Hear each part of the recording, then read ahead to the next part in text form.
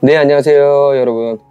자, 오늘은 제가 여러분들이 농업을 준비하시면서 농업을 접근하는 방법에 대해서 한번 이야기를 드리려고 합니다. 예전 같았으면은 이 농업은 단순히 이제 농사, 사전적 의미로 볼까요? 뭐 파종을 한다든지 모종을 심어서 작물을 길러내는 행위를 말하죠. 여기에 우리가 사고 팔고의 개념, 이것이 바로 영농이죠. 영농. 이 농업 자체의 어떤 사전적 의미는 보통 이윤을 획득할 목적으로 우리가 이 작물 재배를 하거나 혹은 가축 이런 것들을 생산물을 가공하고 또 수송하고 저장하고 판매하는 사업을 말합니다. 자, 이게 농업입니다. 자, 그런데 이제 이 농업을 제가 말하는 이 농업은 완전히 다른 시각적으로 좀 바라보는 거를 좀 추천을 드려요. 자, 뭐냐, 이제 저를 만났기 때문에 이제 농업을 준비하시는 분들 혹은 귀농, 영농 창업을 준비하는 청년들, 농업은 융복합 산업이라고 이제 접근을 하세요. 그리고 농업에 대한 이 영역 자체가 굉장히 모호해졌고 전 산업 분야의 접목이 가능한 굉장히 미래전망 가능성이 높은 좋은, 그리고 돈이 될 만한 아이템이 많은 하나의 유망 산업이라고 생각을 해보시기 바랍니다. 자, 물론 농업 힘들죠. 노동력이 많이 들어가고 내가 어떤 농업을 하냐에 따라서 상대적으로 뭐 불확실성이 굉장히 클 수가 있어요. 초기 투자비도 많이 들어가고. 자, 그런데 내가 농업을 접근하는 이 어떤 사고방식 자체가 농사 단순히 1차 생산해 가지고 판매해서 수익을 얻는 데 그치지 말고 여러 산업군의 접목이 가능한 융복합 산업으로 이렇게 이제 마인드셋을 하시고 접근하시기 바랍니다. 자, 그러면 제가 한번 이 농업을 융복합 산업으로 접근을 했을 때 어떤 부분들이 있는지 한번 이야기를 해볼까요? 농업의 산업 범위가 굉장히 확대됨에 따라서 농업의 영향력 그리고 기능 이런 것들도 다 확대가 됐죠. 이런 차원에서 융복합 사업이다. 문화, 과학, 예술, 관광, 자연, 식량, 미래, 힐링, 역사, 치유, 식품, 먹거리, 뭐 랩하는 것 같네요.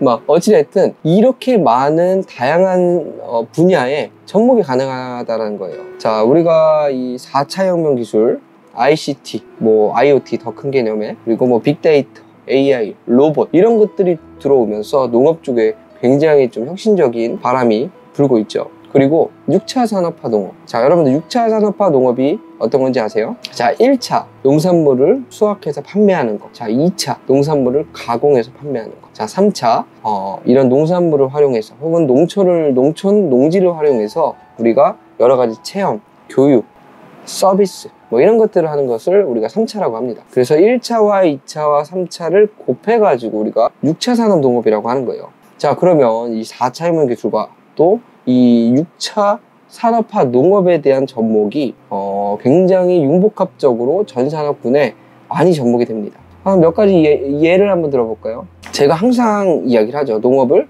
창업으로 접근을 해라. 농업을 창업으로 접근을 하고 또 그 다음 단계에서 농업을 융복합 산업으로 굉장히 전 산업군에 접목이 가능한 사업이라고 생각을 하시면은, 자, 내가 만약에 K-스타트업이란 중소벤처기업부에서 운영하고 있는 창업지원 포털에서 이런 게 떴어.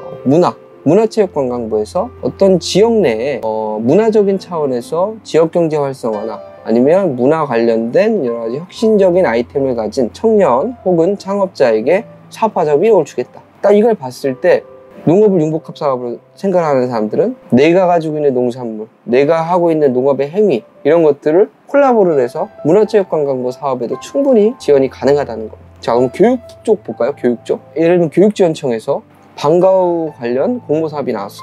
너무 좋죠. 농업 쪽에 접근하기. 생각해보세요. 이 농촌 지역에 왜 고령화가 되고 청년들이 들어오지 않으려고 하고 뭐 그럴까요? 자, 근본적인 어떤 원인이 있어요. 이 농촌 지역에 청년들을 유입하고 이런 정책은 좋지만 이 청년들이 농촌에 왔을 때 아이를 낳고 키울 수 있는 이러한 인프라가 구축이 잘 안 돼 있는 거죠. 그 중에 하나가 교육입니다. 교육. 뭐 병원도 있지만, 자, 이 교육적인 요소가 굉장히 좀 많은 것들을 결정하게 하는데요.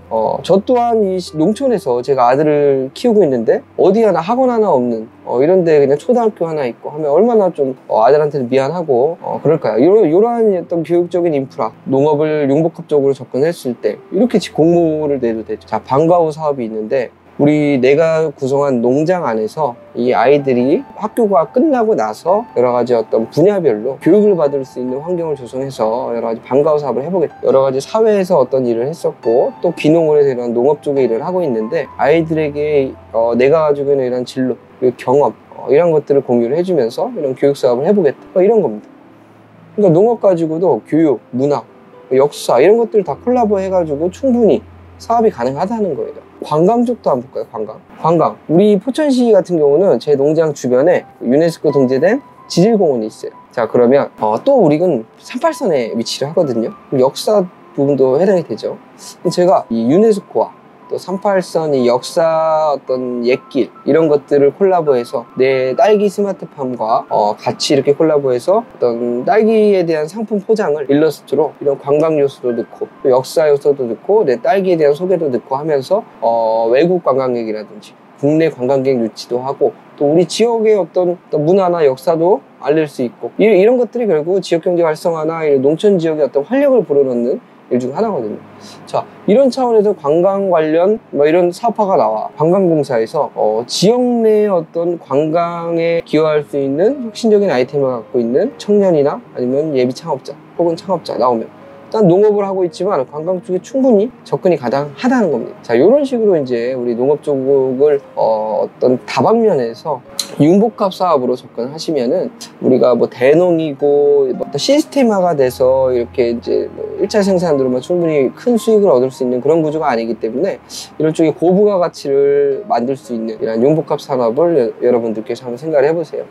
자, 그래서 오늘 이런 농업의 영역에 대해서 좀 이야기를 오래 해봤는데요. 결국은 농업의 영역에 대한 부분이 예전 같았으면은 정말 확고하게 농산물을 수확해서 판매하고 이윤을 창출하고 이 정도에 그쳤지만 지금은 농업의 영역 자체가 굉장히 모호해졌다. 그리고 농업의 어떤 산업 범위가 굉장히 크게 확대를 하면서 농업 쪽의 어떤 영향력도 높아지고 있고 기능, 역할, 영양 이런 것들이 커지고 있습니다. 이런 차원에서 우리 여러분들께서 농업을 새로운 시선으로 바라보면서 미래 전망이 굉장히 밝은 그러한 블루오션의 하나의 산업으로 생각을 하셔서 많은 노력을 하셨으면 좋겠습니다. 근데 물론 힘들죠. 농업 자체가 이 노동력이 또 많이 들어가고 다른 산업에 비해서 좀 투자금이 또 많이 들어가고 그래가지고 맨날 하는 얘기가 정부 정책 받아서 빚쟁이 된다, 이거 다 빚이다, 스마트팜 하지 마라, 이렇게 이야기를 많이 하는데 그런 것들은 여러분들이 이제 그런 농업이라는 사업을 하실 때 체계적으로 준비를 하셔가지고 사업성이나 자금력이나 이런 것들을 따져서 잘 접근하시면 충분히 승산이 있다라고 생각을 합니다. 오늘은 여기서 좀 영상을 마무리하도록 하겠습니다. 다음 또 좋은 컨텐츠로